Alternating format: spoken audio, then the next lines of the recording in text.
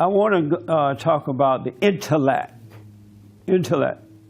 Very interesting thing about the intellect. How many of you are intellectual people? And you're proud of it. We are a spirit created in the image of God. And then the scripture says, take no thought about tomorrow, what you're going to eat, what you're going to wear, where you're going to go, or whatever. Take no thought about any of those things. And so I realized there are two different realities. There is one of the intellectual world, and they push the intellect all the time.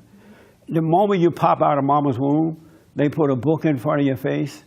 They tell you got to learn 24 hours a day. I heard this ad on the, maybe radio or TV where Michelle Obama is, she did this ad and she's saying that to the parents, it's summertime, and during the summer, kids tend not to read. You know, they're not in school, they tend not to be doing anything, and that's not good. They need to be reading at all times, pretty much. They need to be reading a book or doing something. And so the intellect is always being pushed nowadays, more so nowadays than it did prior to the last 50 years or so. The first thing people say, I want to go to college. The moment you pop out, they're teaching you and preparing you for the best college. Then they're preparing you for the best job. And the intellect is always on the move, always. And then people praise for that. Oh, that's such a smart person. And that just makes you want to become more intellectual.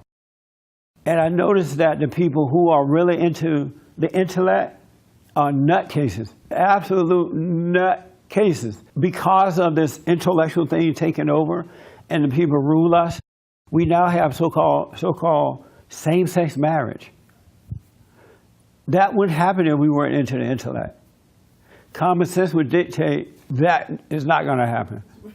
And common sense wouldn't care what you thought about it, because we would know that that's wrong. And we would have compassion for the people who are locked into the lifestyle, because there are some who would like to overcome it, but they don't know how, and the intellectual person doesn't know how to help them overcome it. Because of the intellect, we now have drag queens running around in the military. Can you imagine jumping down in a foxhole, running from Bin Laden, and then here's a man in there with a dress and lipstick on? It will shock you. You'd rather be out with Bin Laden. But that's the intellectual world around us. The intellectual world tells us that abortion is good.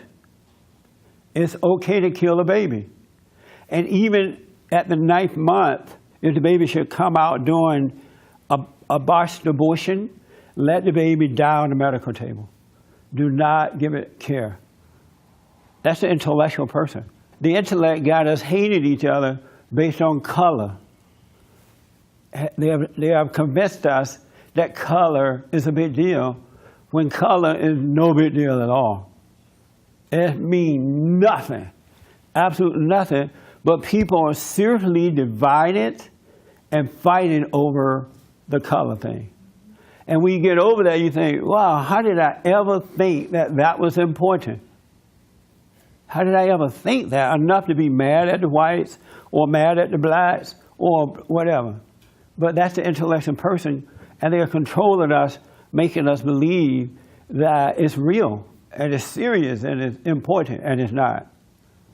The intellectual person have a thinking that, have men and women fighting. Men and women should not be fighting one another, because it's not about men and women. It's about good versus evil, right versus wrong. And there are men and women who are on the side of good, and there are those who are on the side of evil. And all those who are on the side of good, we are brothers and sisters together. We are one. All those who are on the side of the lie, those are our enemies. We're not brothers and sisters with them, even if they're our blood family. They hate you for it because they serve a different source. And that's why God said He wants us to overcome the intellect. We have to lay that down. It's all ego and it's all destruction. And that doesn't mean you don't learn to read and write and do things, but it should not become that important to you, where you stress behind it, or you put yourself down if you see someone who seems to be smarter, or you live by that. You want to live by the intellect of God. his intellect is greater than that of your father, the devil. And that's why we have to fall away from that. The intellect is like being traumatized as a kid. You know how kids can tell and see things. They are not afraid to speak the truth. But by the time they're 10, they become just like the parents, lying and deceiving. And they have fallen away from God's intellect into the intellect of the devil. And now they have to go to college to feel better. We must be born again to get past this. And that's why we have to let that go, because it's all ego. And I noticed too that all intellectual people are insecure people. They're stressed out, they worry, they fight to hold on to stuff. They need certain types of friends or money or something to make them feel better. But they have the intellect, they're smart, they can read a book. And they can read 10 books in one day. Yes, sir. Good day, sir. I consider myself an intellectual. However, I have no understanding of that concept. Of what concept? Of what intellect is. I guess I've been trained ever since a young to study, and unfortunately, I have very little understanding of that concept, which is why when I went to a psychiatrist a long time ago, they determined that they found out they had a learning problem. I don't understand things in the way everybody else does. How do you understand things? It seems like I'm a regular person willing to compromise. I don't know how I can do that. Oh, okay. And like Stevie Wonder was saying in his song Superstition, if you believe in things you don't understand, you suffer. Intellect may be one of our newest forms of superstition. I was thinking of something. I interviewed a man on my TV show this week, and it's coming out in a couple of weeks. And this man was born a boy. This is his second interview. And this guy had been watching my show and listening to me on radio, so he contacted me from Colorado. It's funny, he doesn't want to be called he, but that's all I can see is a he. And so I interviewed this guy. He was born a boy, and he said that when he was growing up, he knew he felt different, but there was no words to put to it. Then he went and saw the psychiatrist, and after seeing the psychiatrist, he was convinced that he was a woman. Isn't that something? And so this person convinced him that he was a woman, and he went and had surgery, had all the boy stuff taken off. That's being convinced by the intellectual. Rather than, try to overcome this thing, normally that's what happens. He went and cut off all his body boy part and attached some girl parts onto it. So he flew in from Colorado because he doesn't agree with the way the radical homosexuals are trying to impose, the lifestyle on us. But the point is, had not he listened to the psychiatrist, I guarantee you he would not have had the body parts removed. He would not. He would have been able to hold on to his parts until he can overcome it. Because the only reason we have conflict within is that we're separated from God. And in that separation, you have all kind of weird feelings and things going on in your mind and in your body. And so if the psychiatrist come along and say, hey, you are really a woman, and you trust those people, you'll find yourself doing that madness, taking it off. Where in the normal days, they didn't do that kind of stuff. And we got to return to this other state of being. The normal, it is smarter than the world. It really is. It's just that the world they're always out there promoting their stuff. They have access to the media. They live in big homes. They have a lot of money. And so it's tempting to you. And we all know now that temptation is evil, right? And so it's tempting, and that's why God said, resist temptation. Deliver us from evil. Because they can convince you with all the glamour, look like they're having fun. They're really not, folks. It's a setup. And that's why we have to learn to be in it, but not of it. Yes, sir. One of the interesting things about intellectuals that I've noticed is that they tend to be very emotional. Right. There is a sense that to be intellectual, you're rational, that you have a a temperament that is steady. And I've seen everything but that. The way you see it is when their thought process is attacked, they will respond and retaliate with extreme emotion. Very different from the kind of thing you would expect of a calm, reasoned approach that intellectuals tend to think about, or tend to characterize themselves as having. And that's the part, and so therefore, what I said before, the intellectual lives in a world of doubt. When you finally open up the fact that they are doubting, then they can't stand it and they start attacking you. Yeah, That's what I've noticed. Absolutely. I don't know what tomorrow's going to bring, but I love fighting with the intellectuals now. It is so nice because they don't have a foundation to stand on. The children of God have the foundation to stand on, and that foundation is His love. Is God love working through us. They have no love, they have no foundation. And all they have is intimidation. If they can't intimidate you, they absolutely have nothing. Really, really don't. If you just pay attention, you will see that they're very insecure because their father is weak. Their father, Satan, is a deceiver. And he has no foundation. That's why he can only deceive you and make you destroy yourself. He can't even destroy you. He just deceives you and you carry it out yourself if you believe into it. And I say this because so many people are suffering. When I was growing up, there were so many men and women, black and whites and other, who were able to start businesses, and they weren't trying to go to college. They used their natural-born talent, their gift that God gave them, and they would open up different small businesses in the black community and everywhere, and they made buku money. They didn't have to go spend tens and thousands of dollars going to some university, and they come out in debt. They went and started businesses. They don't push businesses anymore. They don't say, hey, go to trade school or whatever talent that you naturally have. They don't encourage that talent because they don't want you to be free. They want to control you. You can make money doing whatever you want to do. You don't have to go to college. But the folks don't trust the God intellect. They trust what the children of Satan is saying. I want to know, is it easy to overcome the intellect? No, it's not. It's not easy? At all. Why not? The intellect has imagination as its fuel, and imagination can be extremely powerful. You can believe just about anything you can imagine. In fact, you hear that in success books, right? Imagine your success and name it and claim it and all that stuff, right? Your intellect creates an image for you or a feeling, and those two are very powerful ways to dominate you. And so you say it's hard to overcome. Yeah, it's very hard. But you can overcome it. Yes, and you Do can. You think it take a long time? Or a while? Well, actually, it can happen instant by instant.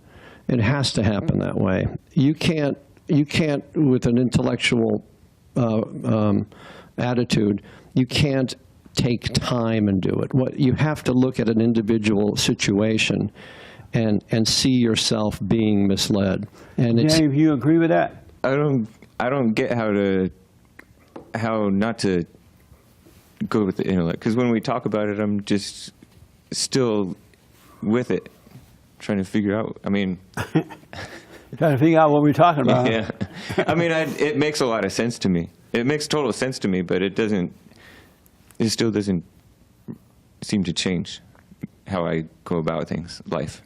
I understand. Do you believe it's possible to overcome the intellect, or is it even necessary? I have an intellect that always thinking, trying to solve my own problems. Right. Yesterday I had an experience with my oldest son. They had a reunion, and I went to it, and he was very drunk, very, very drunk, and he drove from Las Vegas all the way down to San Bernardino, where they were having it. And I seen myself wanting to get involved, to say something to him. And one of my daughters came and she said, let him there, let him fall down, and whatever, you know. And I felt compassion for my son, you know. What Usually, did compassion feel like? you're sad for him. So you felt pity for him. I didn't feel pity. I felt sad for him. But sadness is not compassion. Well, then it was the sadness I felt, and Why did you feel sad for him? because he was, I guess, because he's my oldest son, and he was making a fool out of himself, you know. And I know I had a part on that. But I just tried to look at it, you know. How did you have a part in that? Because I was a bad example. I used to be an alcoholic. Right. She's Falling fine. down one. Yeah. And so that's how I felt. That And so you believe that because you were one, he became one? absolutely, I have a lot of neglect. Have you apologized to him for that? Yes, I have. And then, so why you still feel sad for him then? Because he's still going through it and he can't see. And so, feeling sad for him, is that going to cause him to see? No. Then why are you feeling sad? Because having pity for him implies that you think you're better than him. Oh, I don't think I'm better than him, Jesse. And so why do you have pity for him? I don't think I have pity for him. That's what sadness is. I think it's because he's my son. I feel sad. But you need to let him go, though. You shouldn't be feeling that way. Well, I know. I mean, that's the last reunion I'm going to because a crazy one, you know. I will not return. You know, I've been wondering for a while, and I've asked this question. I noticed that when children become adults, wherever the children live, the mothers move there too. Mm-hmm. Or the mothers make sure the kids move wherever they are in their surrounding world. And I often wonder, why is that? How come the mothers got to always be there? And I realized from experience that the mothers don't ever let go of the children. Even when they are adults, she makes sure, and I'm sure not all, but most, mm-hmm. She makes sure she's in their surrounding areas so she can always be the God over them. She want to still make their decisions. She doesn't want to let them suffer. And if they do suffer, she want to get in the midst of it and resolve the problem, whatever it might be, so that they can love her and worship her. And stand in the way and preventing the kids from growing up, going through what they got to go through, and becoming independent men and women. Mm. She's always in the way of God, and that adult child growing. It's just like when the kids fall while trying to walk. The father just leave them there, look at them and let them get up and go forward. They don't like, oh baby, my baby, come here, baby. Oh Lord. The father just look at the kid because they know the kid, this is strength. This is how you grow. You fall, you get up and walk. You fall, you get up and walk. And you run and you fall, you know, that's life. Mm-hmm. But the mother won't let that happen so the kids can see her as God. And the kids end up hating her for it. Mm-hmm. Because they recognize after a while, the mama has gotten in the way of their growth. And now they're relying on the mama every time they fall. And the thing about it, the mother life is all screwed up, and not like she has the best life, you know. Right. And so I say that to say you need to get away from your kids and don't be feeling sorry. They're adults now. Apologize for the mistakes you made along the way. I'm sorry that I was a weak mother, and then move on and let them cry out to God and not to mama. Y'all, the mother, stop moving around your children. You don't see the fathers trying to move around them. Well, they never asked me, cry to me. Just, good, but you crying to them. Let them go. Yeah, it's probably that, right? Right. You see how they're not crying to you, but yet you around them feeling pity and feeling sad, and they don't want that from you. I understand that, Jesse. Yeah. Because I still have a little bit of that in me because I wanted to do something for him. But before I used to do it, now I don't, you know. But I'm even starting to feel that for my niece, the one that calls me all the time drunk. You feel what for her? I lied to her to get off of the phone. Yeah, you're not even honest. Yeah. So anyway, I looked at that. There's nothing worse than a dishonest Christian and a mama. I looked at that, and She hasn't called me back, but when she does, I don't know if I'm ready. You know, I could see that. Yeah. It's just hard to be free, huh? It is. It's been for me. It's been very hard. I know how you can be free. I see people doing this all the time to their children. My son and I, we have a good relationship because I don't feel that way about him. I let him fall, I let him grow, I let him fall. He asks me questions, I answer questions for him. And then once he get past all this, he appreciate the fact that I didn't get in the way. His mother is, she died, so he doesn't have to worry about her anymore. She's out of the way. So now he can finally grow up and become a man, and he's becoming so independent. And he was so weak and pathetic prior to his mother dying because she was always in the way. She was taking the place of God. We need to suffer because in suffering, it causes us to cry out to God. And if somebody else saves us from the suffering, how shall we be saved? Because if a human being saves you, or money or drugs or something save you, that's only temporary. But if God, when you cry out to God, He come in, He completes you, and you're taking care of the rest of your life. Because no human being was in your way. And if you truly love your kids, adult kids, you'll get out of their way. And with the little kids, you'll watch them in the right way. And our kids are not our own anyway. They don't even belong to us. We're just overseers for a while, temporarily. It's not to be their God. And the problem is you haven't truly repented for the mistakes you made with them. Because if you had truly seen that you were wrong, and you went to your kids and say, look, I was wrong for whatever it is you did, right? Then God would set you free, and in that freedom you would see to let them suffer. And if they want to have a question, they'll ask you, they'll ask for it. But other than that, you let them go through. That's what real love. Love is allowing them to go through what they need to go through in order to become men and women. And then if you're a Christian, you should be honest with them. You don't have to lie. Oh, I had to get off the phone because the mailman's at the door. And the mailman's not at the door. And that shows a lack of courage, and it shows a lack of love. You know, I never did that, but I'm a very suggestible person. And when I hear other people do that, or they do it to me, then I adopt that, and I keep using that too. Yeah. How many people lie to folks rather than being honest? I got to go. I'm done with the conversation, or we'll talk later. But you say, oh, I got to go. I got to be at work. And you don't even have a job. Or somebody's in the door. Somebody's at the door, or the other line is ringing.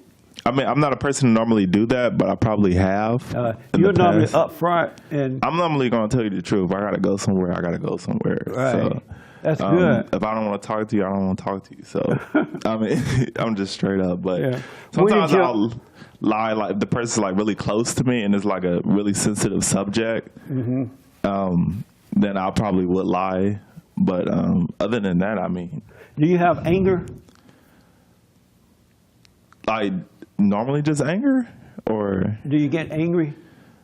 no, it's you gotta it's gotta be really bad to make me angry because I'm normally like a comedic person, so it gotta be really bad for me to get mad. So you can get angry, all depending on the situation. Yeah, on the situation, Right. but again, it has to be really bad because Were you I'm raised not by your father and mother? no single parent, just a mom. Where's your father? I don't know. You don't know where he is? No, And why not? I don't know. You don't want to know? Not really, not at this moment. No, Why not? I don't need him. I got a great mom. I'm sorry? I got a great mom and a great support team. So, Do you still miss your father sometime on the inside, like to get to know him or talk to him, wonder what happened? I used to, but not really. Not like now that I'm older, I'm like I done made it this far, so like I don't really need a dad right now. How far have you made it? I'm in college. You say so. you're 20, right? Yeah. You got a long way to go, man. Wow. And so, but is there any part of you that would like to at least talk to him to see why he wasn't there? Not really. I mean, because if you didn't care to stay, then I mean, I don't even. there's no point, like, to know. If he didn't care to stay? Yeah. I mean, I don't know what happened, but I don't really like stuff like that. If he's not here, you're not here. So When you say he didn't care to stay, why do you think he didn't care to stay? I don't know. I just said that. I don't know. When you ask your mother about it, what does she say? God is my father, which I would definitely agree with. She said, God is your father? Yeah. So when you Not say, like when you say, physically, Mom, but- where's Dad, or what happened? She said, no, God is your father. That's your mother answer?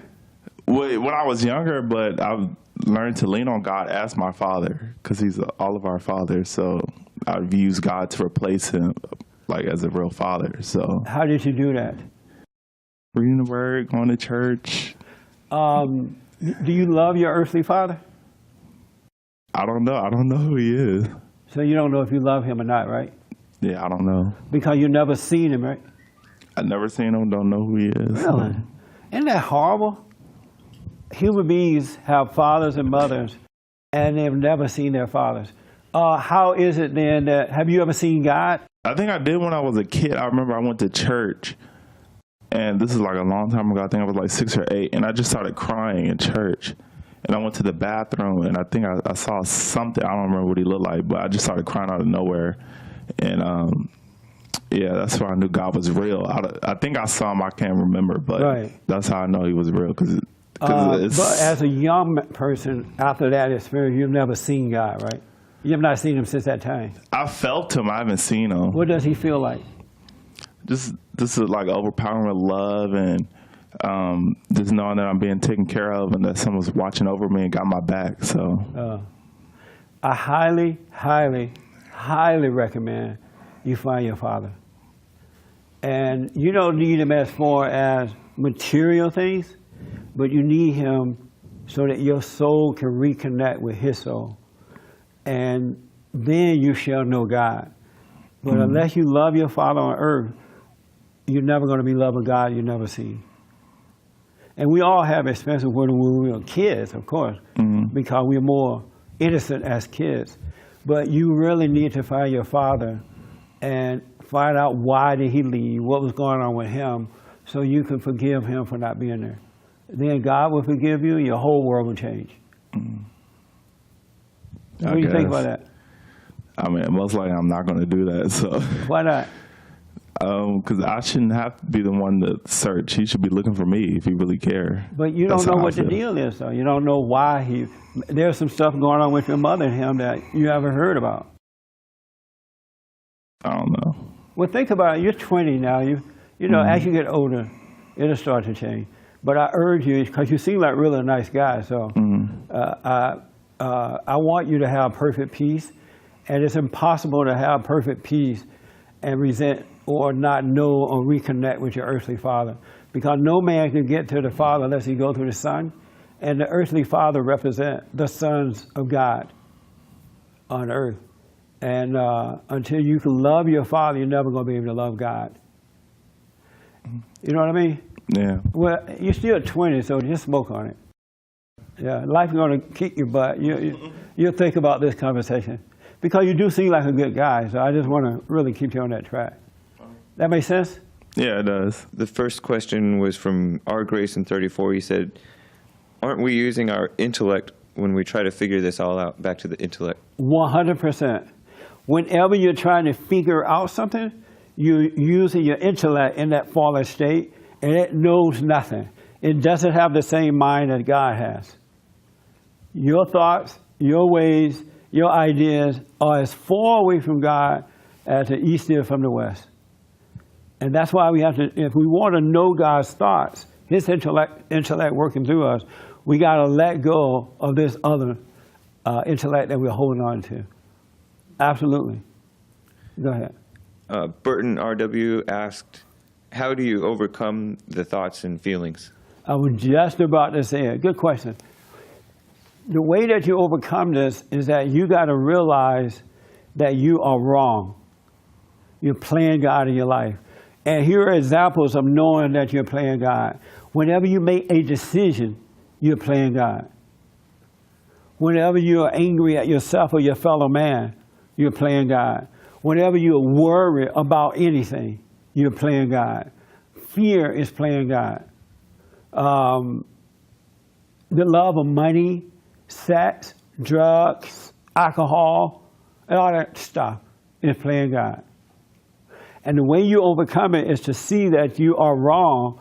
And when you can see that you're wrong, God will change it just like that. And the intellect would change at an instant. At the blinking of an eye, it will switch.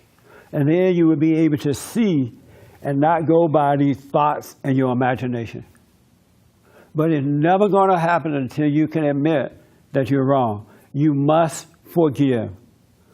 Before you enter into the kingdom of heaven, you must forgive. And we have the kingdom of heaven within us and above us. The hardest thing in the world for the fallen state to do is to admit that he or she is wrong. As long as you don't do that, you got to forgive your parents for the mistake they made.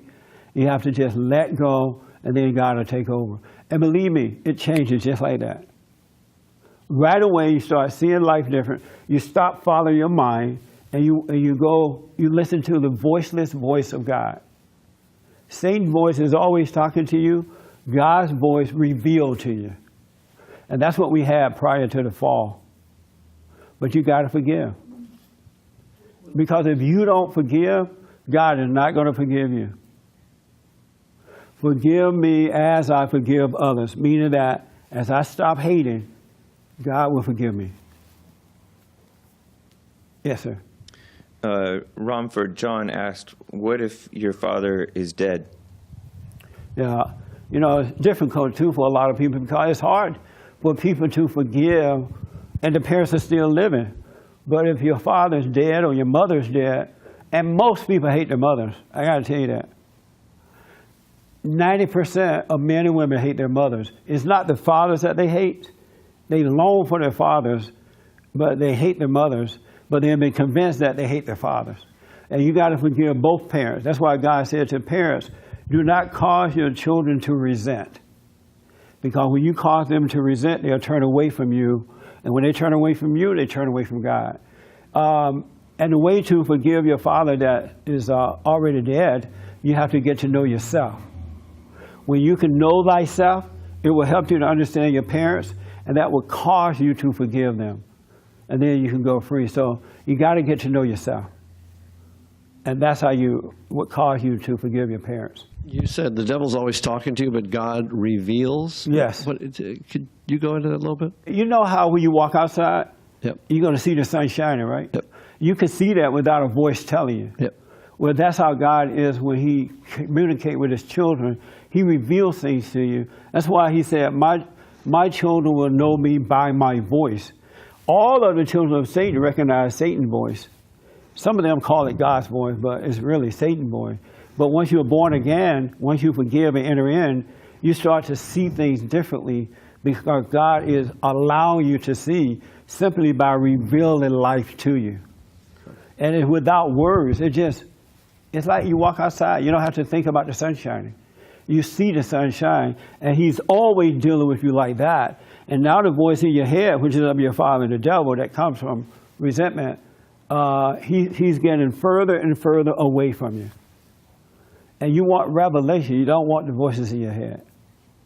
And so I wanted to say to you, Ed, that you can have a mind change just like that. And then once it's changed, now it's being renewed all the time. You're right.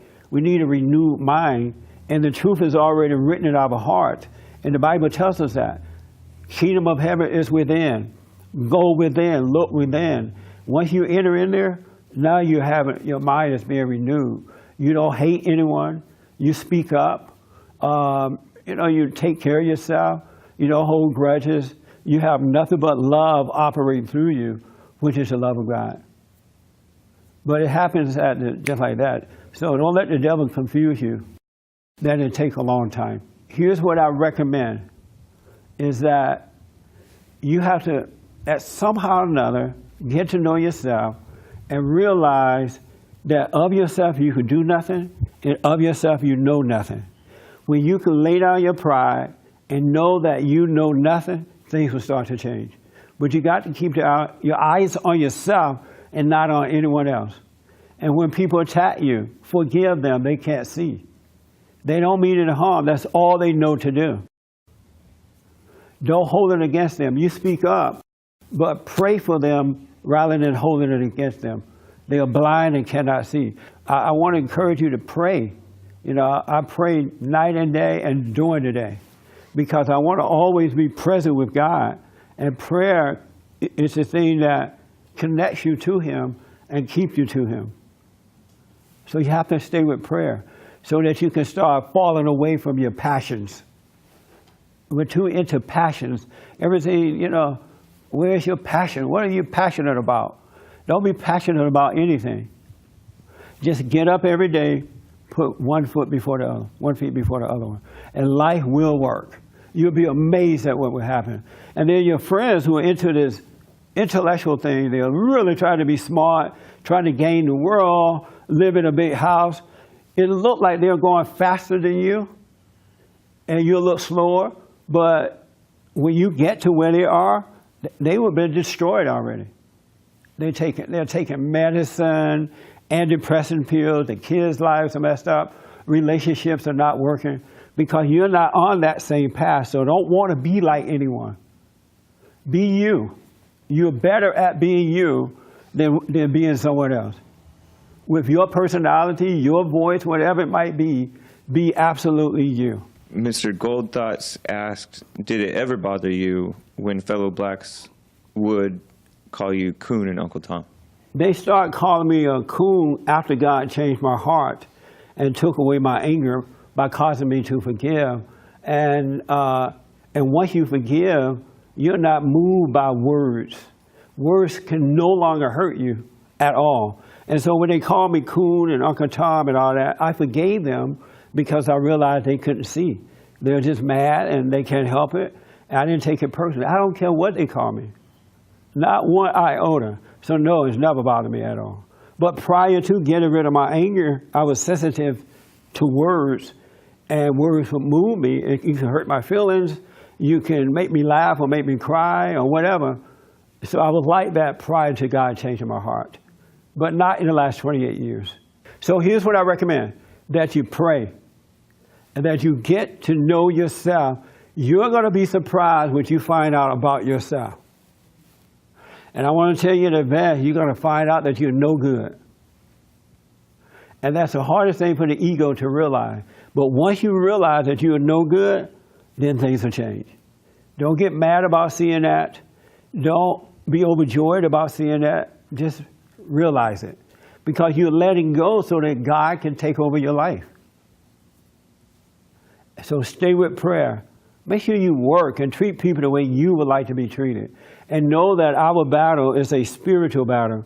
It's a warfare between good and evil. We are created in the image of God, who created us. And He created us so that He can create love through us for other people. And as long as we are loving other people, that doesn't mean you let people do you wrong. Don't let them take advantage of you. Just don't resent them. And your world will change.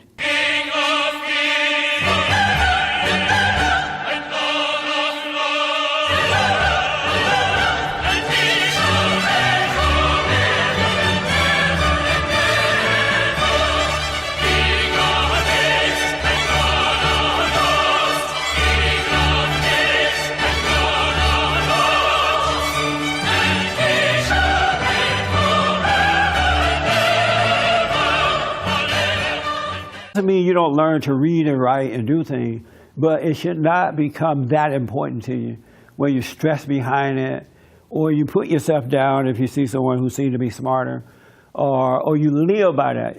You want to live by the intellect of God. His intellect is greater than that of your father, the devil. And that's why we have to fall away from that. The intellect is like being traumatized as a kid. You know how kids can tell and see things. They are not afraid to speak the truth. But by the time they're 10, they become just like the parents, lying and deceiving. And they are falling away from God's intellect into the intellect of the devil. And now they have to go to college to feel better. We must be born again to get past this. And that's why we have to let that go, because it's all ego. And I noticed too that all intellectual people are insecure people. They're stressed out, they worry, they fight to hold on to stuff. They need certain types of friends or money or something to make them feel better. But they have the intellect, they're smart, they can read a book. And they can read 10 books in one day and fighting over the color thing. And when you get over that, you think, wow, how did I ever think that that was important? How did I ever think that? Enough to be mad at the whites or mad at the blacks or whatever. But that's the intellectual person, and they are controlling us, making us believe that it's real and it's serious and it's important, and it's not. The intellectual person have a thinking that, have men and women fighting. Men and women should not be fighting one another, because it's not about men and women, it's about good versus evil, right versus wrong. And there are men and women who are on the side of good, and there are those who are on the side of evil. And all those who are on the side of good, we are brothers and sisters together. We are one. All those who are on the side of the lie, those are our enemies. We're not brothers and sisters with them, even if they're our blood family. They hate you for it because they serve a different source. And that's why God said He wants us to overcome the intellect. We have to lay that down. It's all ego and it's all destruction. And that is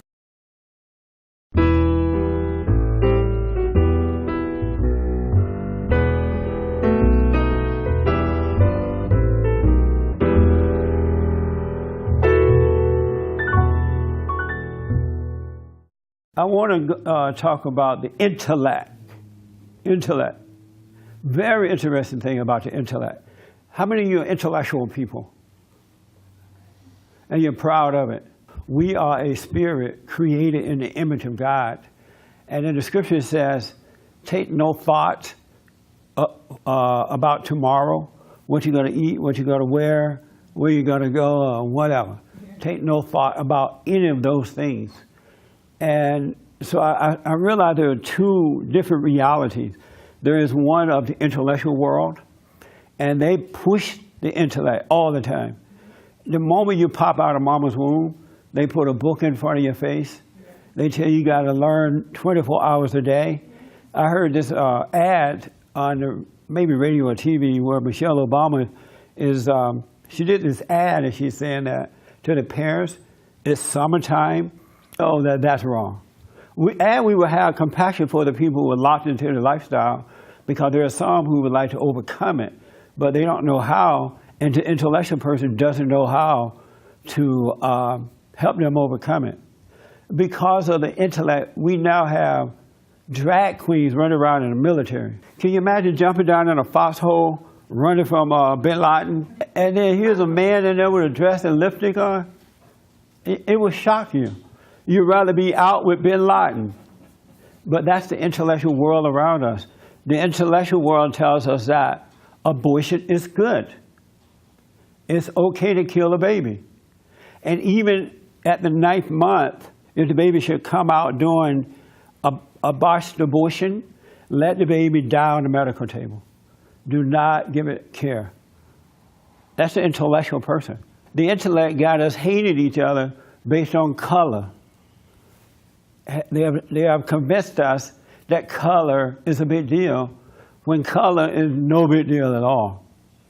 It means nothing, absolutely nothing, but people are seriously divided, and during the summer, kids tend not to read. They're not in school, they tend not to be doing anything, and that's not good. They need to be reading at all times, pretty much. They need to be reading a book or doing something. And so the intellect is always being pushed nowadays, more so nowadays than it did prior to the last 50 years or so. The first thing people say, I want to go to college. The moment you pop out, they're teaching you and preparing you for the best college. Then they're preparing you for the best job. And the intellect is always on the move, always. And then people praise for that. Oh, that's such a smart person. And that just makes you want to become more intellectual. And I noticed that the people who are really into the intellect are nutcases, absolute cases. Because of this intellectual thing taking over and the people rule us, we now have so-called same-sex marriage. That wouldn't happen if we weren't into the intellect. Common sense would dictate that is not going to happen.